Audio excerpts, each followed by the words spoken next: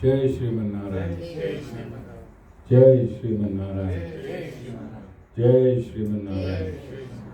I pay my obeisances to my spiritual master, Srimad Jagat Guru Sudarshan Acharya Maharaj.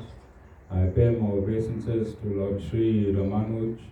I pay my obeisances to our Purva Acharyas. I pay my obeisances to our 12 Alvars. I pay my obeisances to Mother Lakshmi. And I pay my obeisances to Lord Sriman Narayan. I welcome all of you here physically at the Sri Narayan Dham in Durban, South Africa. I welcome those that's watching this discourse locally, nationally, and internationally. And I welcome in advance those that's going to be watching this discourse when it is posted on YouTube and the various groups from around the world subsequently. We are in our topic of the soul, and as I've stated previously, I'm not doing the soul in isolation, but I'm connecting the soul to the various aspects that it experiences in the material universe. And at this point, I read, I think about half an hour ago, in one of our groups, KZN Hindus, somebody querying why the stove must not be put on the first day that somebody has passed on in the house. And they complain that children need some warm food. So this is the state of Sanatan Dharma, absolute confusion and stupidity. I want to use the word stupidity. It might not be guru-like, but sometimes you need to use certain words to bring the focus back into reality. So currently around the world, Sanatan Dharma is imprisoned in traditions, customs, and culture. Sanatan Dharma is imprisoned in traditions, customs, and culture. What does that mean? What is a tradition? Something passed on from one person to the other. It need not be right or true or Sanatan Dharma. Tradition is passed on from a very long time ago. Sometimes it may be in one family only. Sometimes it may be in society. Tradition passed on from one to another, from generation to generation without people questioning it. And if I tell somebody don't do something in my satsang, they'll get angry with the guru and not come back next week. Okay, and Nadita gets angry for very long periods. That's why we see her after 3 months, 6 months, 1 year. Okay, next you'll see her maybe after 2 years because she might get angry of the answers that I'm giving today. Alright? So, Sanatan Dharma is absolute science. It is created for all living entities, not only for humans. It is created for all living entities, from the ants right up to Lord Brahma and all the cosmic administrators. Every living entity, Sanatan Dharma is the constitution. No one is allowed to change that constitution. Be it your grandfather, great-great-grandfather, he was a great Pandit, he was a very knowledgeable man in the Ramayana, all that does not help him to change anything. And this is a story I've been getting along my life, and that is why I became an atheist. because of tradition, custom, and culture. It couldn't give me any clarity, so I said, God can't exist in chaos. I knew within the depths of my inner being that God cannot exist in chaos, and for everything there has to be an absolute answer. So I'm going to give you the absolute answer. And I'm stating that this question, I see many questions on this group. Many questions, and I would like somebody to post, to cut this discourse pertaining to that and post it on the, find that post, it was a few hours ago today, as an answer to that question, why you must not put the stove on. Again, that tradition does not work in the 21st century. But Sanatana Dharma is supposed to work from creation to dissolution. Sanatana Dharma must work from creation to dissolution. It must be perfect in every century. It must be perfect in all times. There must be no reason to change any aspect of Sanatana Dharma. Traditions can change. Traditions can change. So,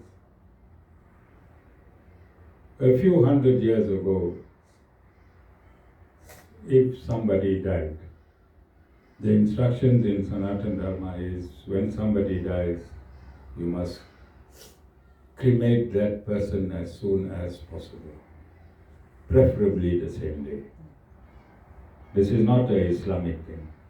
It is from Sanatana Dharma that when a person dies, you must get rid of that body as soon as possible, and that body must be cremated.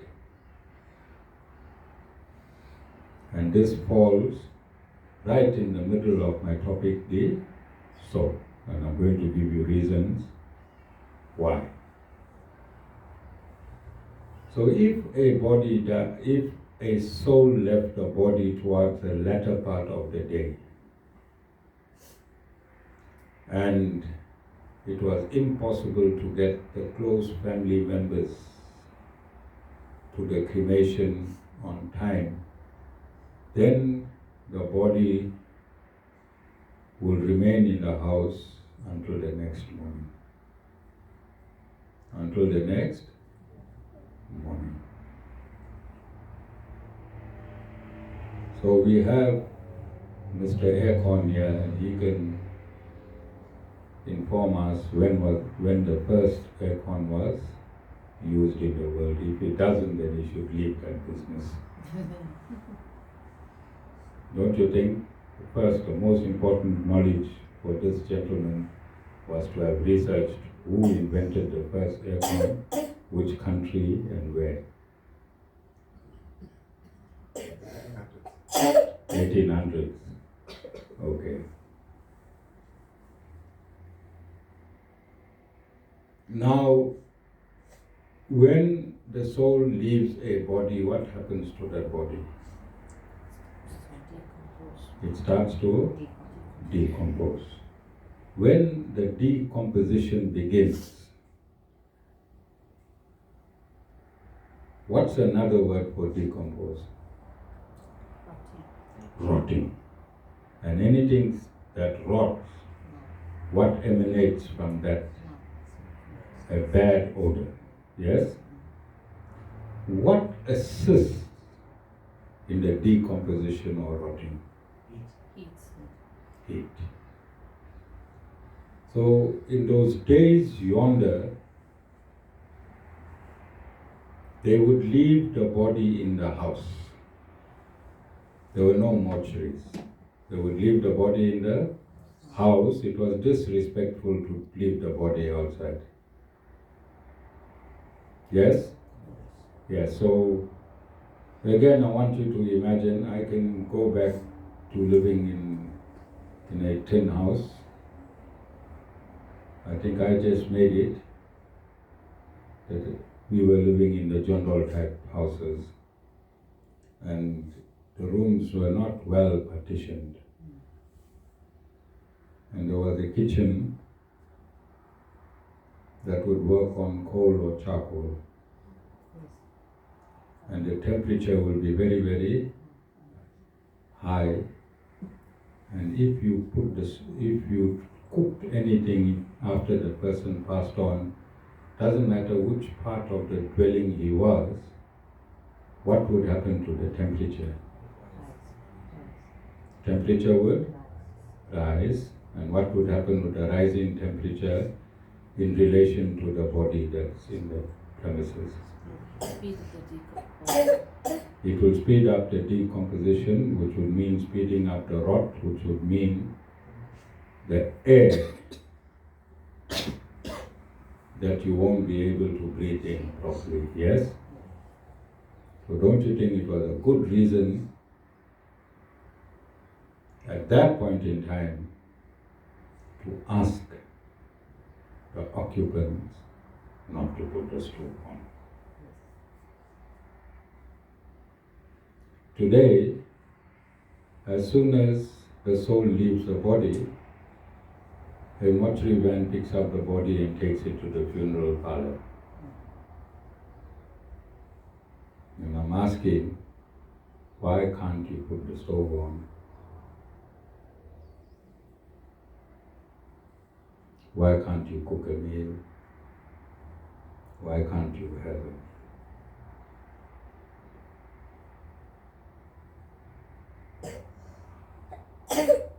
And what happens to this tradition? This law was enforced at a particular period in time, which today is not necessary. But what our so-called Hindus are doing, isn't that stupidity? Isn't that stupidity?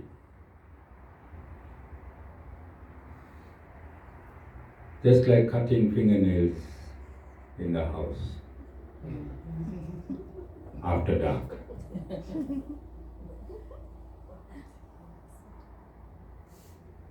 Wasn't how many times the mother chased you out of the house when you was cutting fingernails?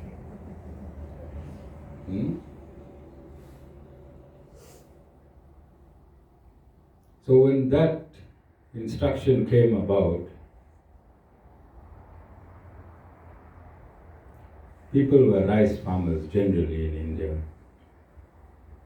And your fingernail has a very, very identical resemblance to rice. Fingernail and rice, you put it next to each other, you can, in the dark, they were using lamps, oil lamps at that point in time. And if you cut a nail, and you know all the nails don't fall at a particular place, they flick about. And instead of the nail mixing with the rice, they asked you to go out and cut it outside. But today what you're doing, there's no rice in your room. After dark you have to run outside and cut your nails. That is where our Hindus have gone totally wrong and off. And then you don't blame the other religions for mocking us, because we have made a mockery of ourselves. We don't want to use, we don't want to open up, we don't want to question, we want to hide behind the knowledge and the excuse that my parents did it, their parents did it, and their parents did it, and that is why I'm doing it. That is not Sanatana Dharma. Sanatana Dharma means you must open up your intellect, because you are not an animal. Only an animal will react like how most of our Hindus are reacting, through tradition. Through tradition, through custom, through culture. Sanatana Dharma is none of those. Sanatana Dharma is none of those. What is the reason for cremating the body as soon as possible? Why cremate? What is the scientific reason for cremating the body?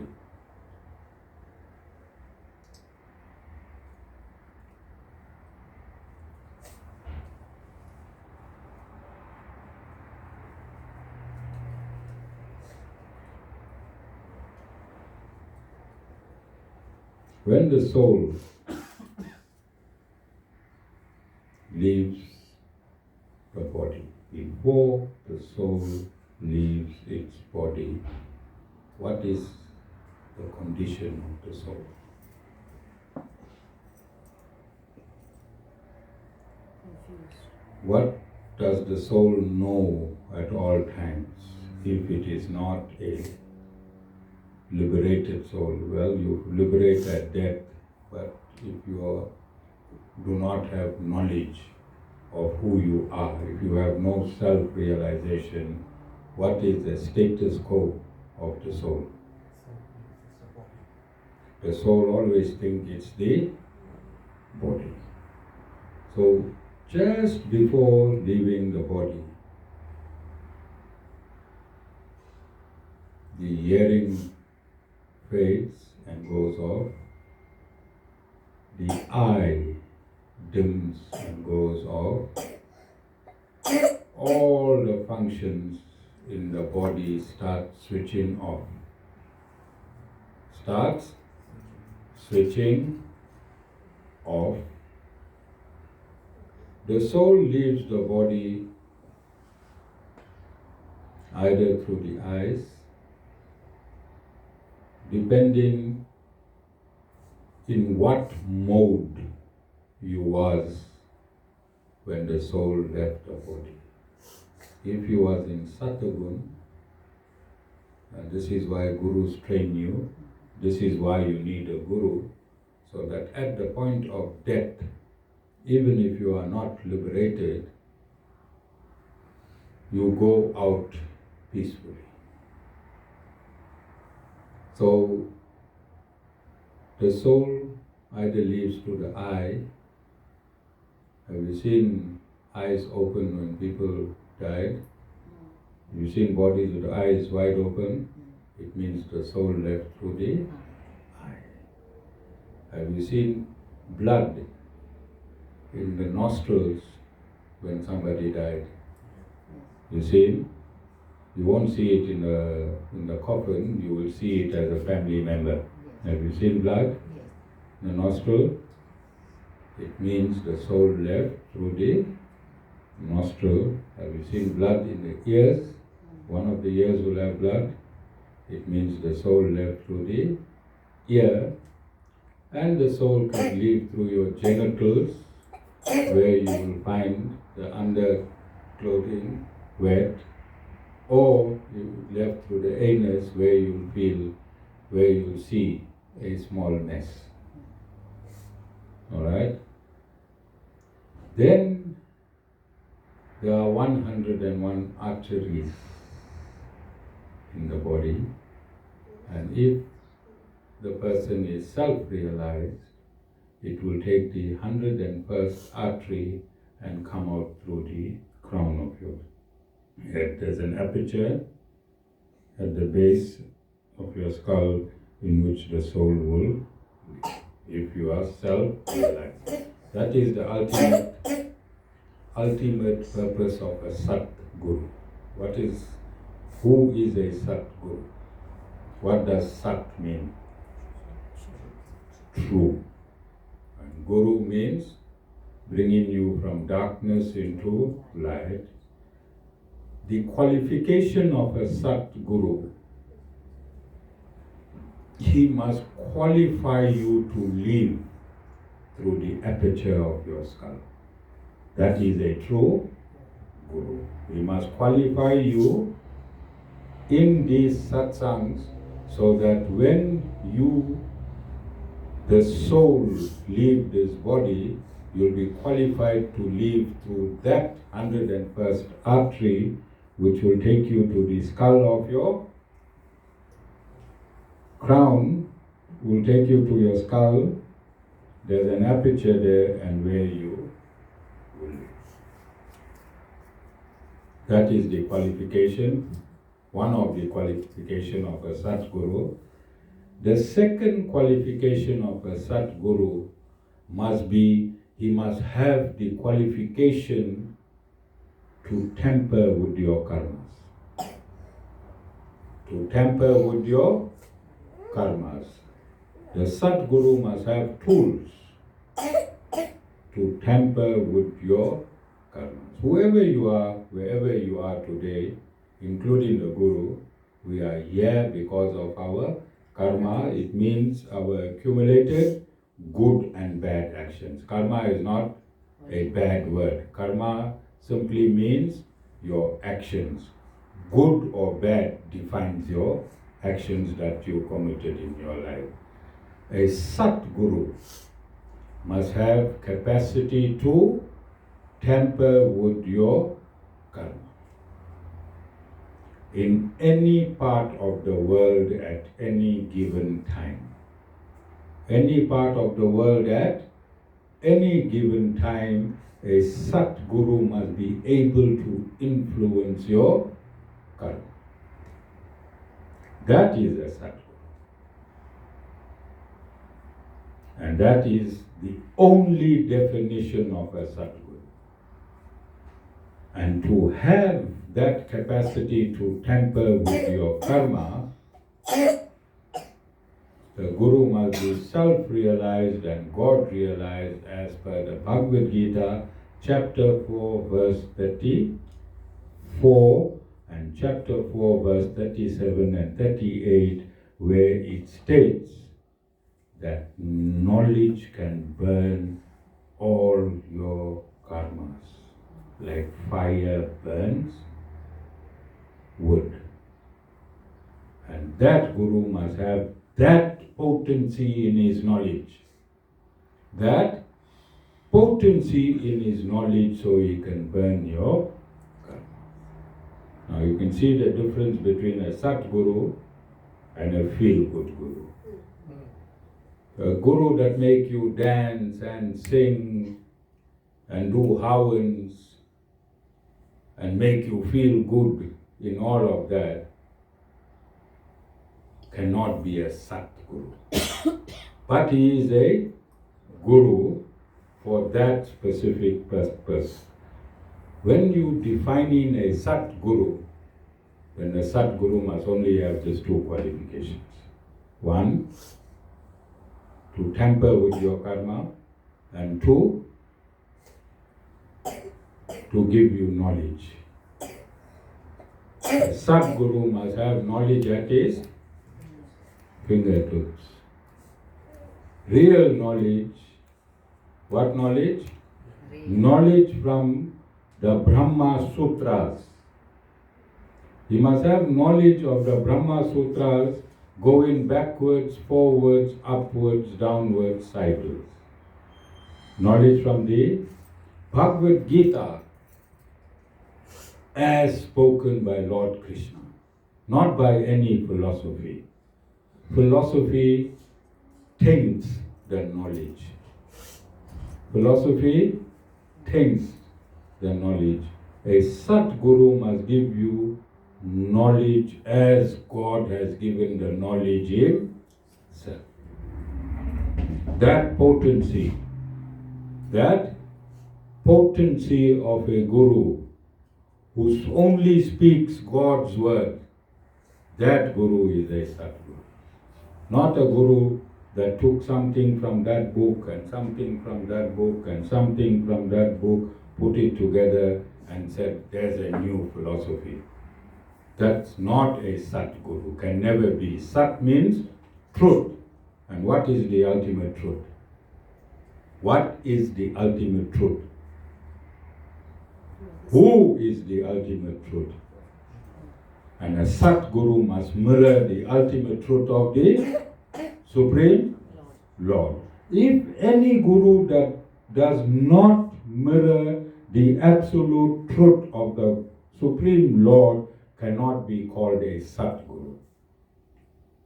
Cannot be called a Satguru because Sat means truth, and truth is a personification of the Supreme Lord. Are you understanding? Because I see it has become fashionable now for every Tom, Dick and Harry to become Satguru. Have you all seen? All Tom, Dick and Harry gurus are now becoming Satgurus. Satguru must be able to tamper with your karma, and he must take you out of your body through this aperture in your crown and send you to the Supreme Lord. That is a Satguru. If you see a guru that does not have capacity to do that, then that person cannot be qualified as a Sat. Are you in understanding? If I do not tell you this, who's going to tell you? You think I'm attacking the gurus, or you think I'm attacking the confusion in Sanatana Dharma? And who's confusing you more? The fake gurus. The fake gurus. Yes? Yeah, because you're following like sheep. So I want to break that sheep like following. I'm not saying follow me. I'm saying follow the truth. Any guru gives you the absolute truth direct from the Bhagavad Gita without any philosophy. If God is giving you the truth, what is the need for philosophy? Why you need Dvaita, Advaita, this and that and that and that, if God himself is giving you the truth? Nadira, why? Give me a reason why. God came down 5,000 years ago, Yes. and he gave you the truth, and in his absence, his chosen representative by himself must give you the same truth And knowledge. and the knowledge. But that knowledge must not come through a philosophy. That knowledge must come straight from God. Whatever God said, that Guru must say. Yes. Whatever God said, that Guru must say. Alright? So I'm saying, I'm giving you this knowledge, I'm telling you where the soul leaves the body. I'm giving you scientific evidence to show you that if the soul left to the nostril, there'll be blood there.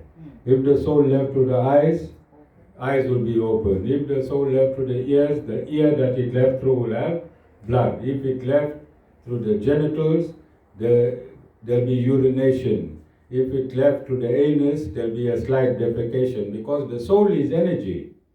And energy passing through any of this channel will cause a disturbance, wouldn't it? Logical? Yes. Have you noticed this? Yes. Then I'm saying, why cremation? Why cremation? For its entire life, what was the status quo of the soul? I'm asking this question the second time. It always thought it's the body.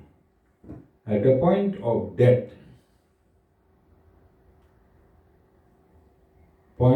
death, there is no meeting between the soul. There is no discussion with the soul. Death does not discuss with the soul. So the soul is in a state of confusion, because one point it was inside the body, and the next point is outside the body, and throughout its life by being in the body, unless that soul attended satsangs and learned from a bona fide spiritual master that you are not the body, you are the soul, now you are out of the body, you will never be able to get into it. The soul wants to get into the body. And this is why some of you will experience some phenomena after death. The soul knows its house. It knows its surrounding, and it knows its first house, which is the body. You understand? So to break the notion that the body, that it is the body, as a final answer, we cremate the body. When we cremate the body, the soul has no option To get inside the body. to go into the body or thinking it can ever get into the body.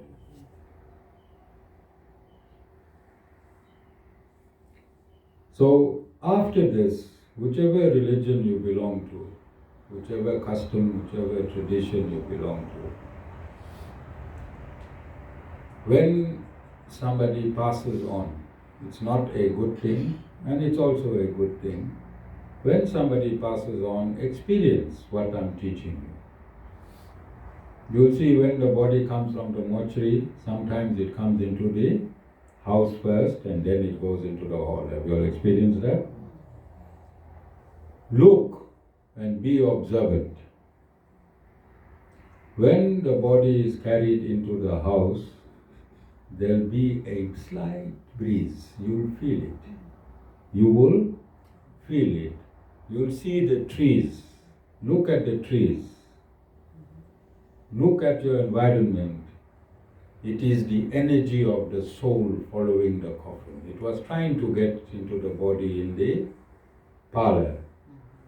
It was around the body, it comes with the body, and it enters the funeral premises. Even if you take it down to the cemetery, I'm smiling. Right? It's not a ghost yet.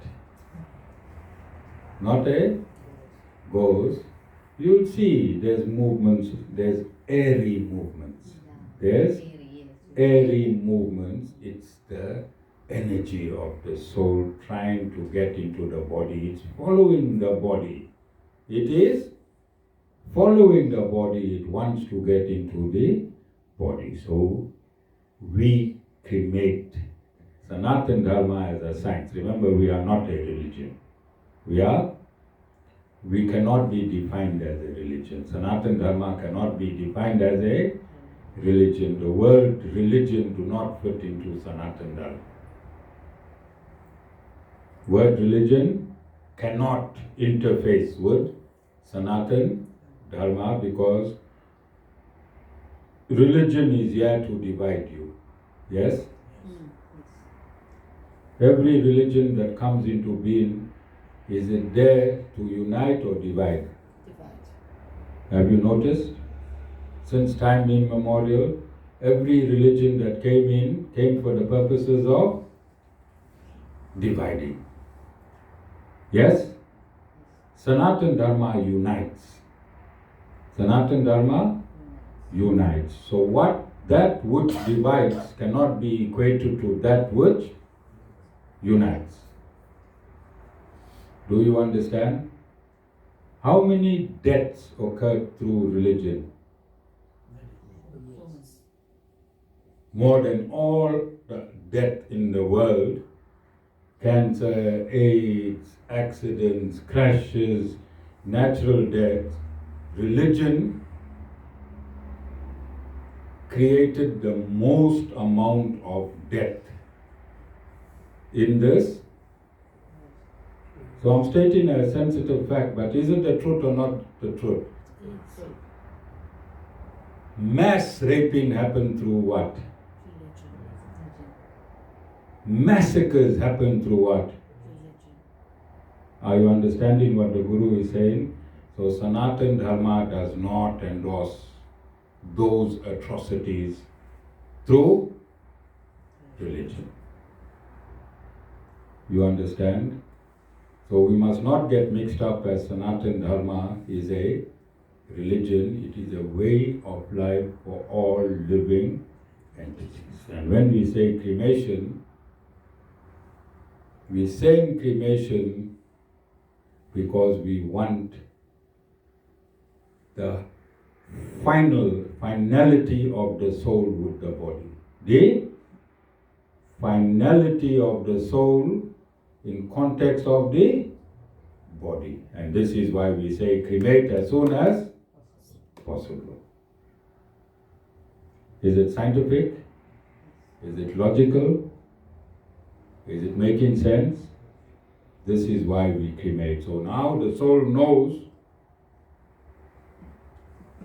at that point of cremation, the body has gone for good.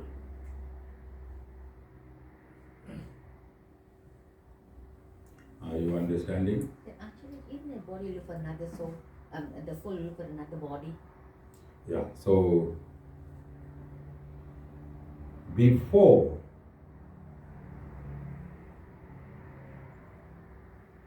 smiling again, Nadira, I won't be around to see your face. No, I'll leave before you. I don't know. Yeah, I'll be gone just now in a few, whatever. But if you see Nadira smiling, sure, when that age group, if you go to Nadira's funeral and you see Nadira, have you seen people who died with a smile on their face? They're happy, yes. Yes. Because they saw the next body. The last thing the soul sees before it leaves the body is the next Body. body. So if you see Nadira smiling, she knows the next Kali she is going to Come back. be. Okay? And if you see people's face contorted at death, Seriously. huh? Serious death. Yeah, because they saw the next body. Yes. They didn't want to get into the next body. Didn't want to get Body, into the next. Yeah.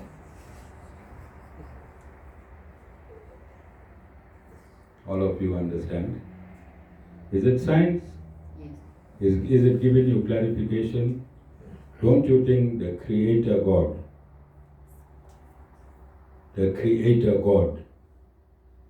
should give you every answer in this universe?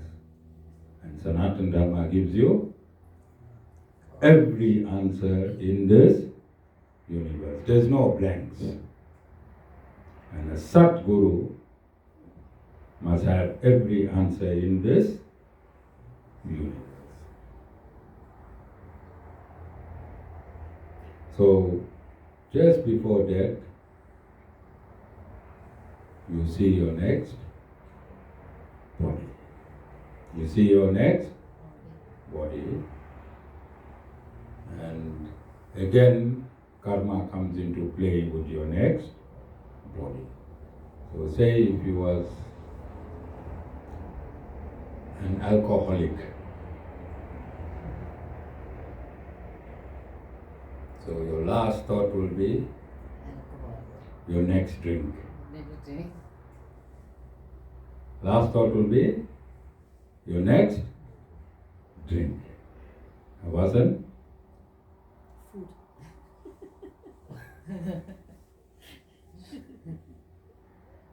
But you had good karmas. You was a good Samaritan. You was an alcoholic. You was involved in public service. You was feeding people. You was a reformist. You was a social worker. Although your own illness, you're an alcoholic. Alcoholism is an illness.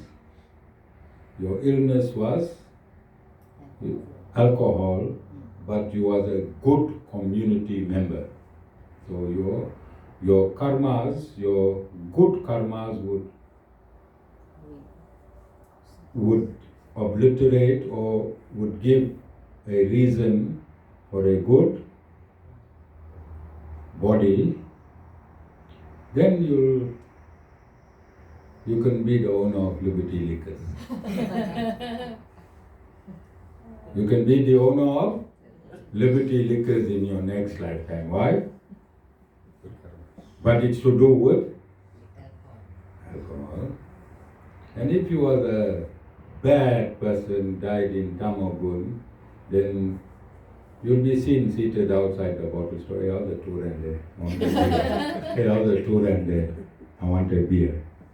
Both connected to alcohol. Your last thought was alcohol, but your karma will determine which aspect of alcohol you will be involved in.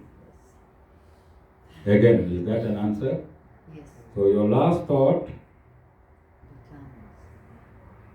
So there was a saint. I'll find this along the way. So, as I stated before,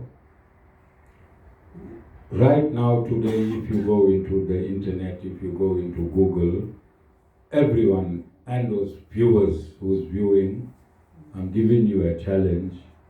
There is very scanty information on the soul now today. But when I complete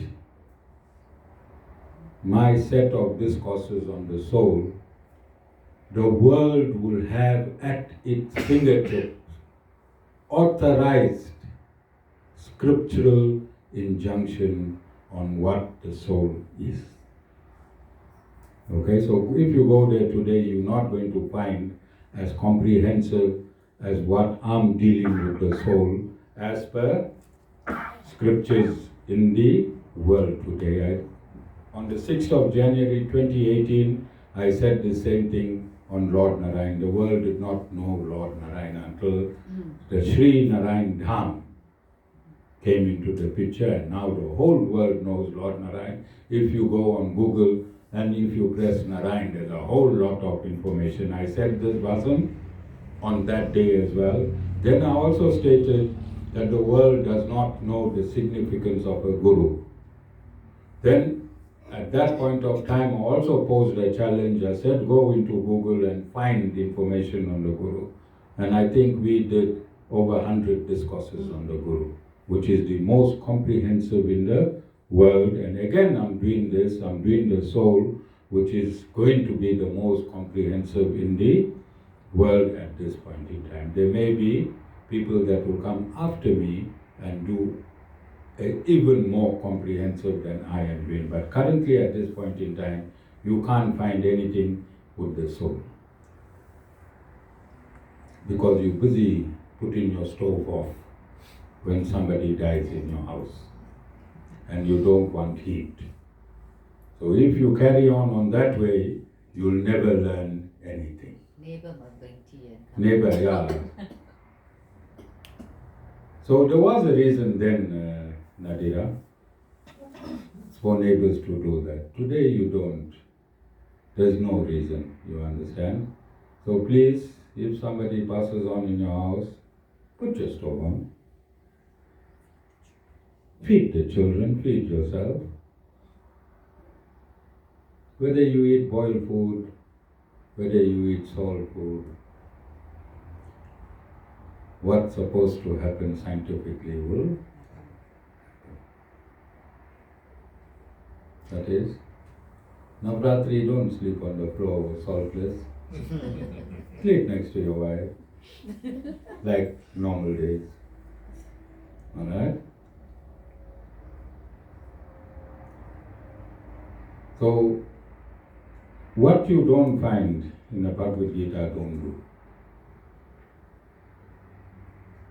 What you don't find in the Bhagavad Gita, don't. Don't get up 4 o'clock morning and warm your beat and disturb all the birds and the bees. Let them have 1 more hour of sleep. Okay? Because the science of Sanatana Dharma is absolutely beautiful if you look at it scientifically. Sanatana Dharma is not to be experienced through emotion. Don't go on murti and hold a murti and cry and cry and cry. That is all good. Know the significance of the murti. Know what the murti can give you. Know what is inside the murti. Know why you should be doing what you're doing. Don't see a photograph of Lord Narayan and go away hectic. When you see your father, you go hectic. You understand? Don't have mad ecstasies. Don't have mad ecstasies. I don't allow you to go mad over me. Why? Why? But when you see these gurus that's coming around, you see people gone crazy. I never allowed you to go crazy, have I? Because how are you going to learn if you go crazy? In your crazy state of mind, what you going to learn from me?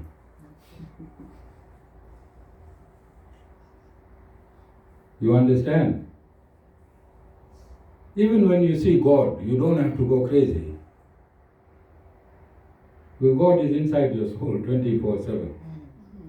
God lives in you, which is going to be another scientific discourse that's going to take a few weeks, where I'm going to show you that God is resident inside you. You hear people say, I've got God in my heart. That is why it's true. It is true, and I'm going to prove it. Scientifically, I'm going to prove it that you have God in your heart. But to actuate the God in your heart, you have to follow the instructions from that God who's living in your heart. That God gave you instruction on how you can activate Him from living in your heart. So I don't think there is any more nectarian knowledge in the world other than your relationship with the Supreme Lord. There's nothing that can surpass that. Not all the diamond in the world, not all the gold in the world, not any amount of prosperity cannot surpass the knowledge of your relationship with the Supreme Lord. Nothing. And remember, the Supreme Lord manifests all these things that we think is important. So you must enjoy this journey. It's a once in a lifetime journey by any guru in the 21st century. Go and research it. You know all the popular gurus. All of you know all the popular gurus. Go on their page, go on their social media, go on their website, and see if the information that's there is comparable to the information that I'm giving you. I'm saying this not to compare myself. I'm saying this how lucky you are to get this information at this point in time from this guru. All of you understand? So when the soul leaves your body, then there are certain things as Sanatan Dharmis we do. Every religion has found a way to do something for the soul, yes? Yes. So as Sanatan Dharmis,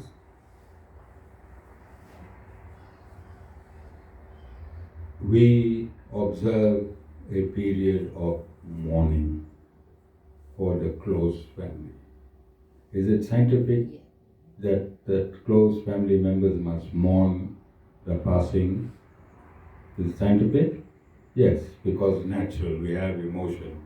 Our mom, our dad, our close friend, somebody very close to us has left. We need to have a period of mourning. And after the 11th, 12th day, you come back to your reality. You come back to your reality. The soul then starts its journey. Soul then starts its journey. Okay? So, people have brought caste into it. They say after the 12th day of a Brahmin that passed away, or the 11th day of a Brahmin that passed away, and then the 12th day of the other. I'm going to say that when the soul leaves its body, there's no caste. There's no caste. Alright? So the treatment will be the same. Your religion only exists as long as you have a body. Again, this is sensitive, but it's the truth. It's the truth. Because as long as you have a body, you identify with a religion. Yes or no? Yes. Your citizenry only exists with your body. As long as you have a body, you're a citizen of a particular place, you're a devotee of a certain religion. These two aspects, your race only exists up until the time you leave your body. Yes or no? Because the soul has no religion, it can't. Soul has no race, it cannot, impossible. Soul has no creed, culture, tradition, religion. A soul is spirit. A soul is spirit. And all spirit is identical. There is no difference from the different rays of the sun. All the photons in the sun are identical and they are connected to the sun. Similarly, all the souls are rays of the Supreme Lord and they are connected to the Supreme Lord. And they are all identical. All souls are identical. The soul in an ant is identical to a soul in an elephant. Soul in an ant is identical to a soul in an elephant. Yes or no? Yes.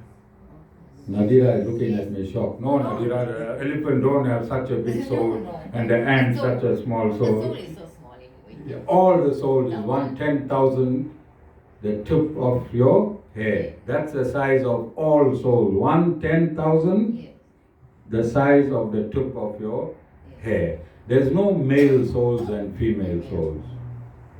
There's no male souls and female souls. All souls are spiritual in nature. All souls are the truth. Because is this body the truth? No. For now it's a truth, it's temporary, but it is not eternally the truth. Because all these bodies go back into earth. Yes. But the soul that's inhabiting this body is the truth. So one of the attributes of the soul is eternal truth. The other attribute of the soul is knowledge. The knowledge that the Guru has today, all the souls have every day. It's just covered by your ignorance. Just covered by your ignorance. So the qualification of a soul is, it's the eternal truth, it's the eternal knowledge, and the state of the soul is eternal bliss. State of the soul is eternal bliss. You traded your bliss for this body. As long as you think I'm the body, you'll never be blissful. As soon as you reject the idea that I am this body, you'll become blissful. And this you can go in the Himalayas and find all these gurus there. They're wearing one small loincloth, their legs are thin like stick, they hardly eat food, they hardly see people, but they are in a state of bliss. Alright? These gurus are selfish gurus because they want to retain the bliss and they go and hide in the mountains to retain this bliss. And this idiot guru want to give this bliss to the world. This idiot guru want to give this bliss to the world. That is why I mix and mingle with everyone. Jessica, Yes, yesterday in Escort, how many thousand people? more than 5,000. More than 5,000 people. We made an impact as ashram. Definitely. People came to us telling us how pleased they were. All types of people, drunk people, sober people, but we made a direct impact. So, a Sat Guru must go to the people, must go in the trenches, must dig himself into the filthiest of places. I'm not saying yesterday was filthy. I'm just saying the duty of a Sat Guru, because God's children lies everywhere, not only in the palaces. God's children are in the palace, in the brothel, everywhere, and a Sat Guru on behalf of God must be able to traverse anywhere to retrieve the children of the Supreme God. Don't you think that should be a definition of a true Guru? Yes. He should not think that he is getting filthy along the way, because he's already realized, he knows he's not this body. How can he get filthy along the way? These gurus that put cloths on car seats when they sit, wasn't? We went with me to India. Cloths on car seats, special spoon must come from somewhere, special plate must come from somewhere. All those things happen. They are in a state of delusion. A Sadguru must sit and eat in your same atmosphere, from your same plate, Sita. And Sita, don't look at me in my eye, because she's been taught for 30 years, don't look at a guru in the eye. So she looks above me. I'm serious. Yet for 30 years she never spoke to a guru. So many years she was with a particular organization, and that guru couldn't even see her. Alright? So I broke all these unauthorized formalities. I broke it. Satish Bhai could give me a roll on the road. We had lunch on the roadside. Go see any other guru in the world who went and ate food on the roadside. Yes, Satish Bhai? These are things you're not going to experience with another guru. I went to Avir's house with no formality last week. If a guru enters your house, Tari, Lota, Arti, special place for the guru to sit, nothing. I went in my normal clothes. I went dressed in my normal clothes so I don't intimidate. But I went there to give them spiritual potency, because they are in a time of bereaving. Is that not scientific? I did not blur everything. I went there undercover.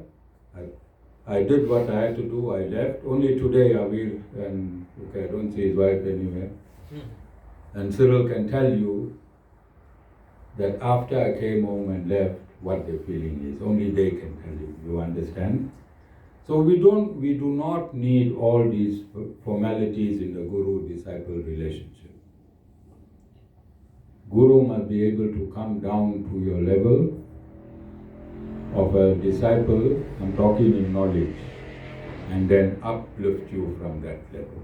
So everyone must be free to come to the Guru. As I said earlier on, so-called important people in society, what they do, when they enter functions or they come to your house, they come for a few minutes and they go away, so that you remain enchanted. Because if they sit a couple hours, you become ordinary.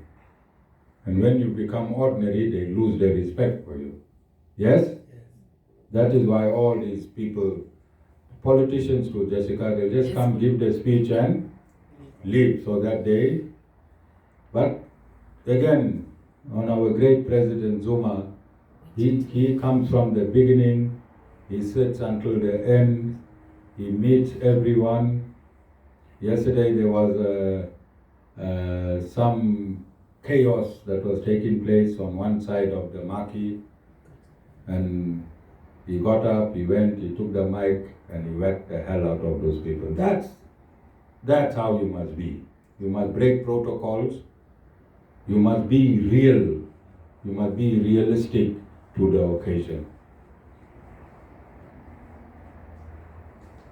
Are there any questions, Vasan?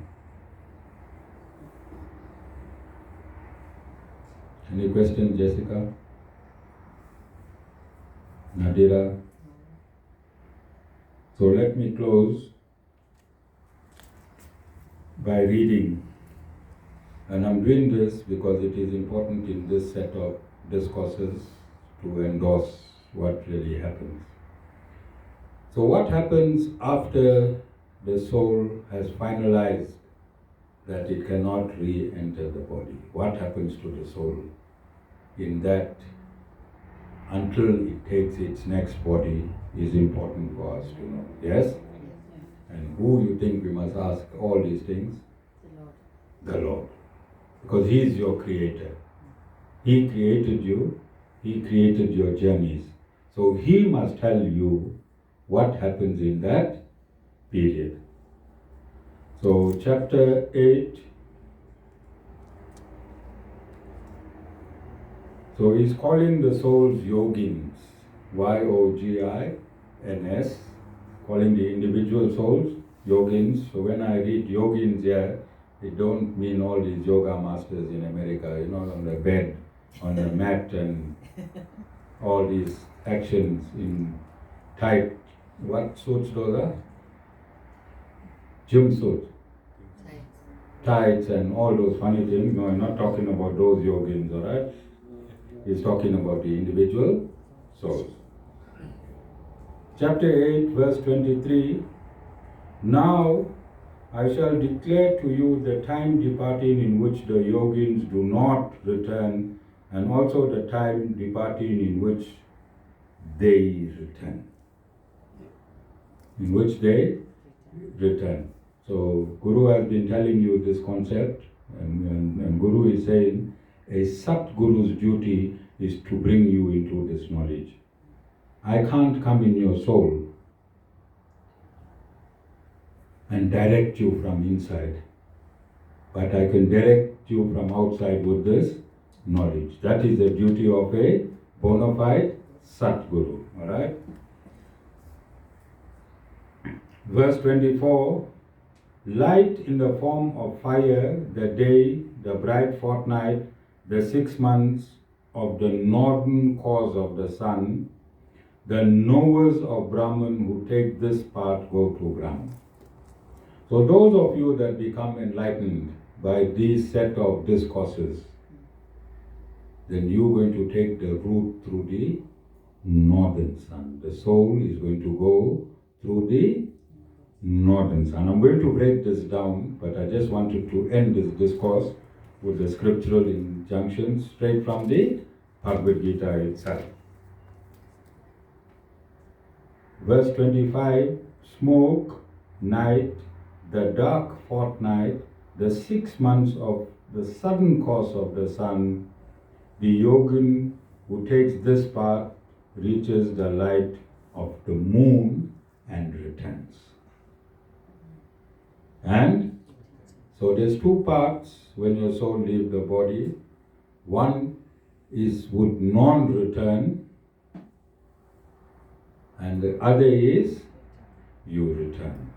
Satguru will send you to the northern paths, all other gurus will send you to the in Sanatana Dharma.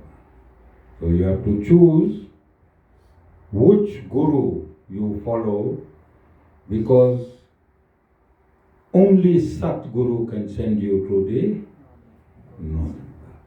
And all these other Satgurus, you got quite a few of them, they'll send you to the southern path because you're going to come back. These two parts, the bright and the dark, that's verse 26, are said to be eternal. are said to be, by the former one, a man goes to the plane of no return, by the other, he returns again. So these parts exist there as long as these universes exist. It's eternal. It's eternal. It exists all the time. When the universe dissolves, when it comes into being again, these two parts come into being again, and we come into being again. And if we utilize this human body is a via medium for these two parts. This human body is a via medium for these two parts. You either take the northern route or you take the southern route. If you take the southern route, you come back and get another human body up until the time you take the northern route. And that's a guarantee. Yeah, alright? So when we were young, we thought we'll never get old, isn't it? But today we're old. Yes? So at this point in our old age, we realize that all that we thought we can enjoy in this human body means nothing. Yes? When you get to this age, that is why all that walk into Unit 2 over the years means, he said nothing there. Alright? We'll notice all that what we rushed for has become meaningless. Why we feel like this? You see, a millionaire will say, God, please give me $1 million. After that, I won't trouble you. When he reaches his million, he say, God, please give me another $1 million. This is not enough. I won't trouble you. Until he becomes a billionaire. When he becomes a billionaire, he say, God, please, just one more billion. I won't trouble you. Yes? Until he becomes a trillionaire. Nadine is looking at Watson.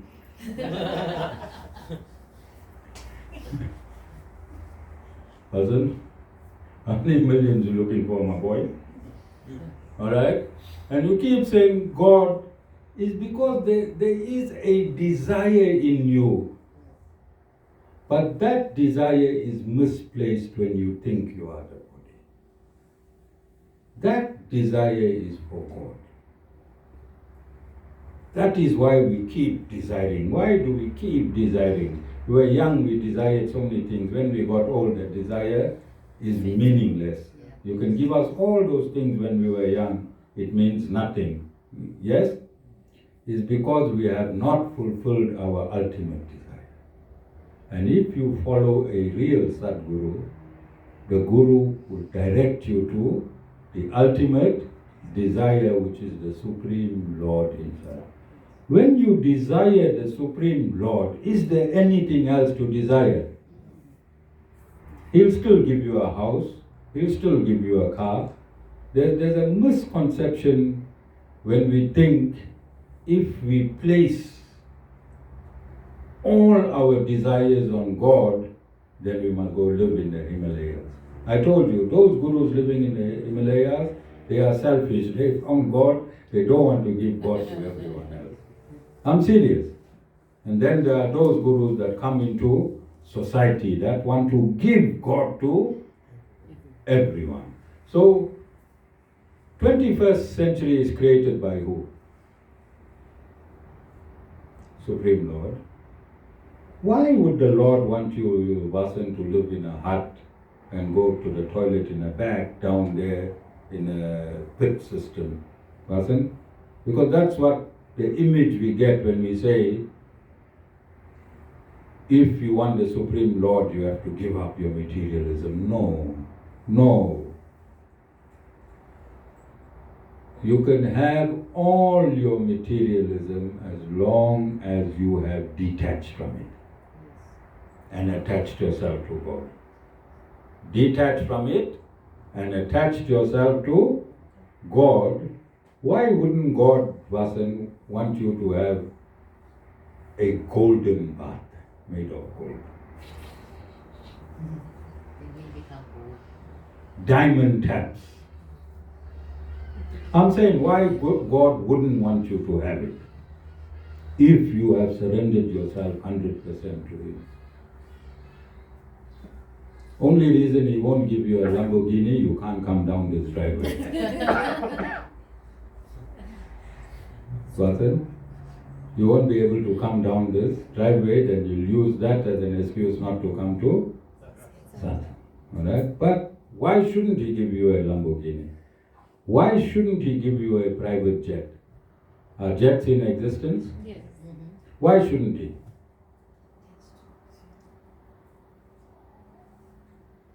It belongs to Him.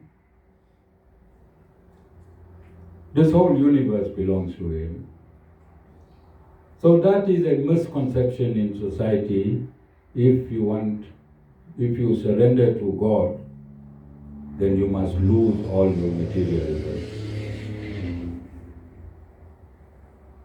That is a misconception. God can give you anything. Everything belongs to God.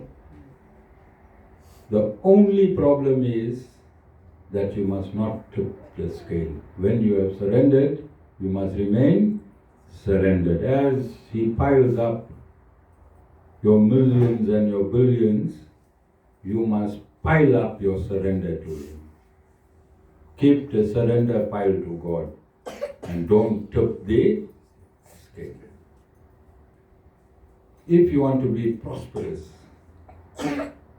God is prosperity. Isn't God prosperity? God's people shouldn't be living in shacks when He has such a beautiful universe. Don't you think His people should be living affluently if you are surrendered? So go and surrender. Go and surrender and let God give you. Because we fall short. We fall short. When you surrender and say, God, give me 1 million, how dumb you are, because God wants to give you 1 billion. You restricted it to 1 million. God knows how much He needs to give you. Doesn't He? So just surrender and leave everything in God's hands. Let Him apportion you in such a way that when your body leaves the soul, it takes the northern route. Which route do you think God will want you to come? Because in the northern route, where you are going, back to Godhead. This whole universe is created for you to go back to Godhead. That is the reason for creation, for you to go back to Godhead. When you surrender wholeheartedly, don't you think He's going to assist you in that direction? The fact that you are here today, both physically in the ashram and those that's watching on social media, and you get in this message, you will notice that it is not a coincidence. It is not a coincidence. Nadira had to be told that she must take the northern route and go to God. That is why she came after 6 months to the satsang. God sent her here to say, Nadira, you must follow the Sat Guru and come back to me, and come back to me through the northern. You understand? And those on social media, they could have been doing so many things, but they chose to listen to the Guru, because God gives you messages indirectly. God gives you messages indirectly. Vasan is, normally Sundays he don't attend satsang. He takes off, he's a boss. Alright? But he came here because God wanted to tell him Vasudeva, northern route. Northern route. So this is how God plays this game. This is a sport of the Supreme Lord. Like how you got rugby, cricket, soccer, wrestling. This is the Lord's sport. To liberate his children, but those who do not want to be liberated, he created avenues in which they can be liberated subsequently. Yes? Is there anything more scientific than this? So this is why I'm saying we are not a religion. We can't be a religion because religion and science cannot mix. This is absolute science. Yeah, 1 plus 1 is equal to 2. So have you heard of regression therapy?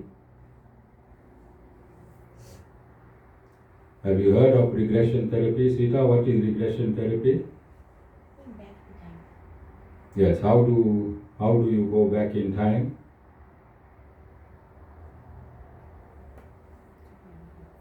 So you have these therapists that hypnotizes you so that your mind goes back. So initially when they tried this, they thought it only goes back to your childhood because there was trauma that people were suffering in this regressive therapy.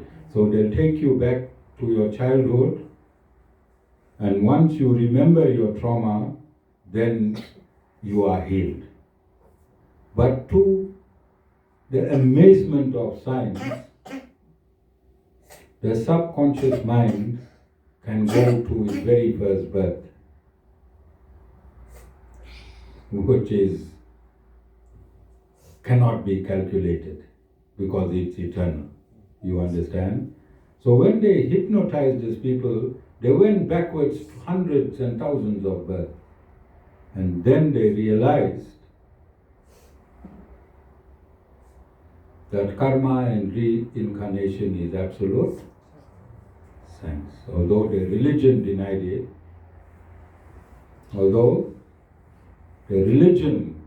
it, regressive therapy went back and they did investigations and they found out that who these people claim to be in former lives were true. Somebody in America had a previous life in India. You understand? And it was a village, a small village. So even if you was a geography student in America, you're not going to find this village on the map, you understand, at the point in time where the study was done. But this person took scientists to the village and pointed out the house and the family members. And this is not one, thousands of these experiments were done. So karma is real, reincarnation is real. And Sanatana Dharma is an absolute science where there have to be a scientific conclusion to the spiritual reality. How beautiful is Sanatana Dharma? It allows man to experiment and prove the existence to be true. Do you understand? That's what Sanatana Dharma is open. There's no punishment in Sanatana Dharma. In Sanatana Dharma, it doesn't say if you don't do this, then this will happen, and if you don't do that, then that will happen. Sanatana Dharma let you do what you want to do. But there's a consequence for everything that you do. And I had a discussion yesterday, and I'm very passionate about this, what I'm saying. So I asked my MK members yesterday, Is heaven better, or the gold and the diamond and the pearls that you find in Africa better?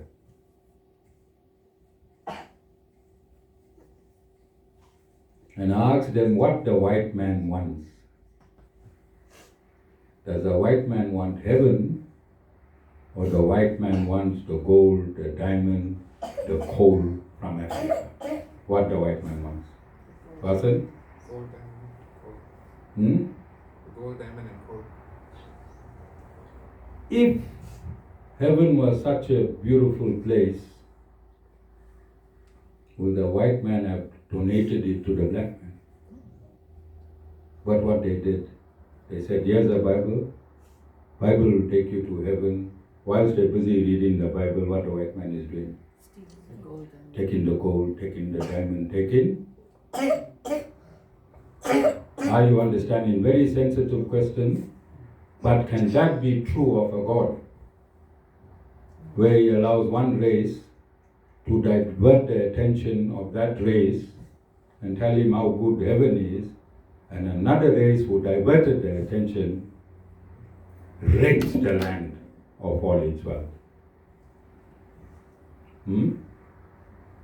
And as I said earlier, Lord Jesus Christ didn't have blue eyes and blonde hair.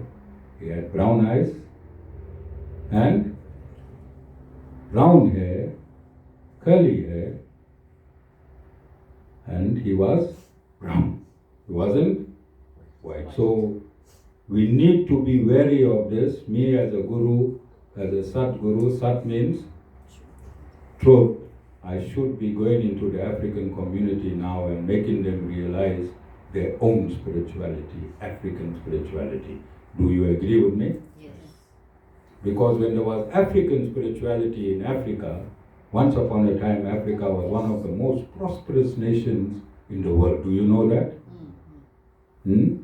We find blacks in all around the world, and we look at them as running away from their own country, isn't it? Escaping the atrocities of the country. Then we associate that with blacks around the world. No. Blacks were prosperous. African continent blacks were prosperous. They had ships. They were taking their merchandise around the world. And their descendants are also mixed up with the refugees. Do you understand? Somebody should bring this reality to its truthful place, don't you think? All of you? And if nobody is doing it, don't you think it should be one of the assignments by God to the Guru to give black people their real identity? And this is why I'm so integrally involved in South Africa and South African politics, not to be an MK member and sing on the stage as I told Jessica and smile, but to integrate black consciousness back into their own spiritual reality. Jai Shri Manara.